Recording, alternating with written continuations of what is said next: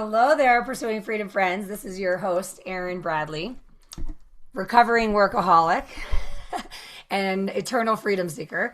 And I'm really excited today because I'm starting a 5-part series of small, short, bite-sized solocasts that can really provide some discovery questions to start to help you really evaluate and get brutally honest with yourself about how you're running your business or how your business has been running you. And in some cases, the brutal truth is hard to take because so many of the members of my community have been selling real estate or doing mortgages for decades at this point. And admittedly, they don't really have a solid framework from which they operate that gives them the space to rest and reflect and be present. And even this morning on one of our mastermind calls inside the collective, I started by asking everybody to drop in the chat on a scale of 1 to 10, how tethered to your phone do you feel right now? And the lowest number was an 8, 10 being very tethered. So we had a lot of 10s. We had someone who said, sometimes I think I'm a 6, but it's probably more like a 9. And we had a lot of 9s and 8.5s. And so the next question I asked everyone was, what are you actually checking for? And the answers were interesting because ultimately what we all came to admit is that it's not really a conscious thing that we're doing. It's an unconscious habit. And the habit was developed when we first went 100% commission and we immediately adopted uncertainty. And from that uncertainty, which correlates to fear of like, am I going to make it, right? We start to make ourselves available because we're anxious and we're eager, we're excited. And so we check, thinking that's where the opportunities exist. And then we develop deeply ingrained habits. And the problem is that those habits are the very habits that exhaust us later on when we realize that whether business is slow or business is busy, we're still tethered. And what I'm realizing right now from every conversation I've had in every room for the past however many years is that people are fed up. People are fed up with the performance of I'm fine. It's fine. I am tethered to my phone 24/7 and I work when I'm on vacation and I work when I'm at a red light and waiting for a cup of coffee and watching TV with my loved ones. But it's fine because it's just the way it is. And the truth of the matter is it's not just the way it is. It's what the industry has led you to believe, which is scarcity passed down through the generations. And it's your own personal fear that keeps you behaving out of alignment with a way of being in business that would actually elevate your professionalism through presence and energy and focus and enthusiasm. So before we go any further into today's episode, I decided to map out a couple of mini episodes for you because I really want you to utilize this podcast to start to evaluate your own personal belief system. Because when we get intimate with the stories that are really just outdated fears that have become our excuses for why we perpetuate this cycle of exhaustion, even though it's not necessary, it's not even effective, and it's definitely not enjoyable, we need to be able to be honest with ourselves before we can make any change. Because no change is made without first recognition of how we're doing things and whether it's really useful. So last week I shared a Solocast and I shared a free download called the Freedom Audit. And that is a tool that you can utilize to explore how you're spending your time, identify what's energizing, what's draining, and then start to get curious around whether or not it's necessary. And we're not trying to create a 180 on how you run your business, but so many of us say things like, well, I have to, or I can't. And I always say, says who? And so the gentle way to start moving along the scale to designing a business that you actually love that can fuel the life that you've always imagined is just to use a little bit of softer language like what if? Like what if I could take a vacation and not be tethered to my phone for the first time in 25 years, which is what one of my clients told me the other day, is that he's never taken a vacation without being tethered to his phone, which means he's never actually taken a vacation in 25 years in this business. And I jokingly said to him, when you took the leap of faith and went 100% commission, did you turn to your loved ones and say, fingers crossed, I really hope that for the rest of my career, I can work every day of my life, even when I'm on vacation, from the moment I wake up to the moment I fall asleep. And he's like, no, right? We were laughing. It's like, but that's what we tolerate. So we start by evaluating, and you can get that free download at pursuingfreedom.com/freedom. And I'm also going to be launching a program that's going to be starting on Monday, September 21st, and it's going to be an 8-day reset.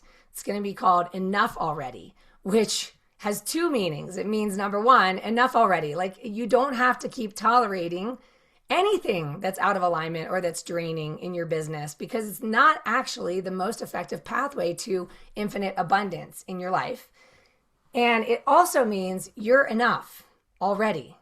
In other words, you don't have to earn the right or get someone's permission to start making new decisions. Is it scary? Yes, it's uncomfortable, but you don't build the muscle of confidence by overthinking and overanalyzing. The confidence is built on the heels of action, and the action comes from new decisions, and the decisions are born out of honesty, brutal honesty. Do you love what you're doing every day? Because there's a million sales trainers out there that will tell you this is the silver bullet, the one-size-fits-all plan to get you to massive success in this business. And I'm not against frameworks. I love frameworks. But the frameworks also need to be customized and enjoyable to be sustainable. So a lot of people are powering through what's not enjoyable and what's not customized to their personality or their season of life or their stage in the business. And everything feels like have to and need to and should and why I can't do that, and all these excuses that keep us stuck in a business that feels very like monotony. And a lot of people come to me at the moment they're thinking about walking away from the business altogether, because they think, if this is the way it is, I'm not sure I like it. And I'm like, well, this is the way it is because that's what you're tolerating, and that's what somebody told you is necessary. But I've seen this industry through both lenses.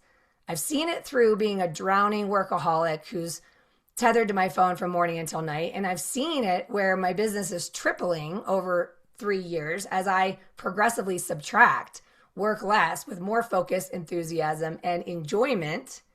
And I found that the latter is much more fun, and it's actually more abundant, it's more impactful, it's more presence, it's more joy, it's all the things that we really think that we're after here. So for today, I just wanted to ask you a couple other questions, which is, one of the things is, what do you think being constantly reachable is costing you? When I asked this of my community today on the collective call, I had answers like, it's costing me my energy, it's costing me my peace, it's costing me my sanity. And what I'm thinking is, as a business professional handling the most important financial decision of someone's year, or maybe their lifetime, if you are low energy, low peace, in other words, agitated, low happiness, right? Are you really the best equipped to give the best customer service possible? Or is it possible your clients deserve better? The other piece of advice I got a long time ago, which I encouraged everyone to write down today, and I would tell you to do the same, is write down, just because I can doesn't mean I should. Now, those of us who have the audacity to become self-employed, we embody characteristics of bravery, right? The courage to take the leap of faith and jump.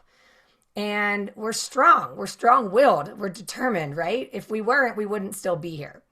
And with that, we have a bit of armor around, it's fine. I'm not going to complain. I can do it. I can do it, right? And my response is, just because you can doesn't mean you should. So we went a little bit deeper, and I want you to do the same thing here and ask yourself, what are you afraid would happen if you stopped doing anything in your business that feels draining to you, including being tethered to your phone from morning until night? And so I asked that of the group, what are you afraid would happen if you were to start to put some guardrails in place to protect your energy, to not be available 24/7? And there was a lot of fear that came through. Fear I would lose business. Fear I would lose momentum. Fear I will miss something. Fear something will go wrong, right? Fear, fear, fear, okay? And so the question is it true? Because in most cases, if you look back through your lifetime, there are many instances where you acted in spite of your fear. You took a risk, and often it became the best decision of your life. So you have the muscle, you've exercised it before to act with fear along for the ride and in spite of fear. You've found that your confidence grows on the other side of acting in spite of fear, right? Which also proves that your fear was inaccurate. Your fear is often a liar. In fact, your fear is the most untrustworthy part of being human. And so I want you to come back to it. On a scale of 1 to 10, how tethered to your phone are you? Second question, what are you actually checking for? And are you being intentional or are you being autopilot, unconscious? Number 3, what are you afraid would go wrong if you stopped doing that? And then number 4, who told you it was necessary? Who told you it was necessary? Do you really believe that our consumers created the expectation for us to communicate at 9 o'clock at night? Or on a Saturday morning or on a Sunday morning before you go to church, if you're going to church, or before you go to the park with your kids? Did they really demand that of you, or did you just train them that you're available at that time because you decided to communicate at that time? My suspicion is that the consumers never expected us to be available from the moment we open our eyeballs till the moment we crash out at night. And they would appreciate it if we weren't exhausted and low vibe and agitated and resentful and wanting to throw our phone in the lake. I think they would appreciate a version of us that is rested, present, focused, energized, and enthusiastic, right? Because we're going to be able to think more clearly, problem solve better, and be more efficient in everything we do. In other words, get them to their destination, which is their ultimate outcome, with the highest level of professionalism possible. So I'm here to shake things up a little bit, because what I've been a witness to in my own experience is that there is a drip of fear being passed down in this industry. And there are sales trainers and mentors that are very well-meaning that are going to tell you that if you miss a call or if you miss that thing, and they program us to run our business on FOMO, fear of missing out. And there's way more relaxed, present, happy, fulfilled, and very, very successful individuals that don't operate their business in chaos. And I know which one I'd rather be, and I know which one I'd rather work with. The question is, what about you? So if your business feels more like chaos and exhaustion, is it because you deeply believe that's the only way to be in this business? And could you get curious about the possibility that it's not true? Okay, that fear is running the show, and that you're willing to say, I wonder if it could be better. Because I too almost quit the business in 2013 after I first experienced burnout. I literally almost quit the business, and luckily someone encouraged me to get some help instead and to start to do things a little bit differently. But I'm going to be honest, it wasn't a straight line and it wasn't always pretty. I did hire my first team member in the summer of 2014. And as a result of that one terrifying yet bold decision, our business more than doubled. And I hired a few more people, but I didn't know what I was doing because I didn't have a mentor that was teaching me how to do it right.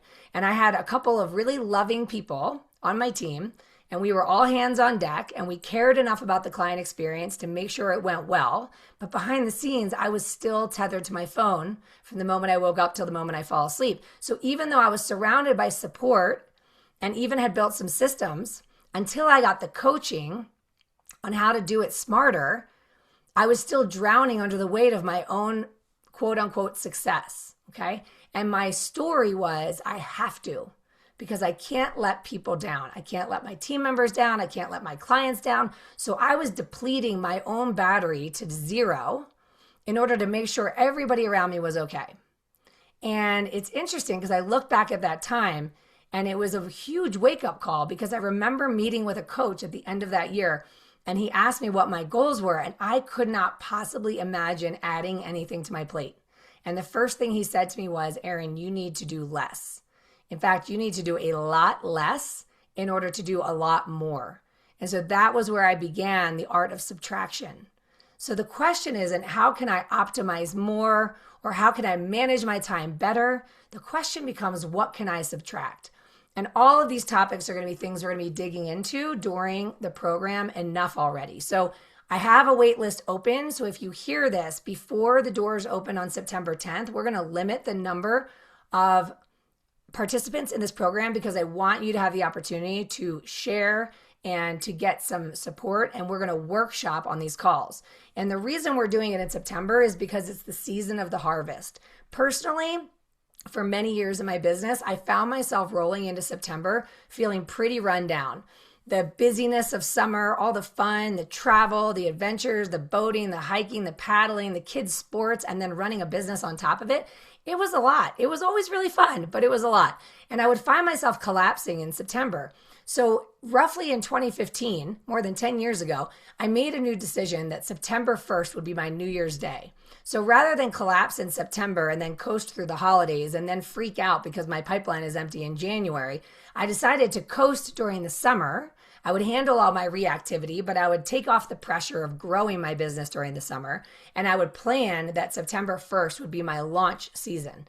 And so this time in September is a great time to rest and reset and then recover and then reboot so that you can launch. Because if you go into the fourth quarter with high energy, enthusiasm, clarity, and new decisions that are aligned with where you're going instead of where you've been, you will be amazed by the fact that there is business to be had in the winter, and you'll actually roll into the new year with a pipeline in place. So regardless of when you listen to this episode, I would highly recommend you consider a new cadence in your business where September is the harvest season. It is New Year's Day, September 1st. It's go time. It's reevaluate, reassess, and reimagine your business so that you can really go all in the end of the year, have a good time doing it without becoming a workaholic in the process, and watch as your business blooms and grows in ways that you couldn't even imagine while you're having more fun, more energy than ever before. So if this sounds interesting, hop over to the waitlist at pursuingfreedom.com/enough,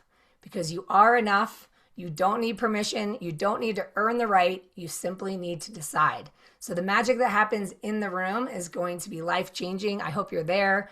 I'm so excited to meet some of you for the first time over Zoom, of course, but hopefully in person one of these days, maybe at one of my retreats. Anyway, I love you. I appreciate you. Make sure to leave that 5-star review if you haven't already. And I'll be back next week with another couple of nuggets and reflection questions to help you get clear on what's needing to be subtracted in your business so that you can create space for expansion with ease. And then get ready to get in the room with us. We're going to be meeting Monday through Friday and then the following Monday, Tuesday, Wednesday. So it's going to be 8 days from September 21st to September 30th. And you're going to be ready for this to be enough already. Enough already, okay? Enough is enough. It's go time. So jump in with me. I can't wait to see you. And in the meantime, make it a great day.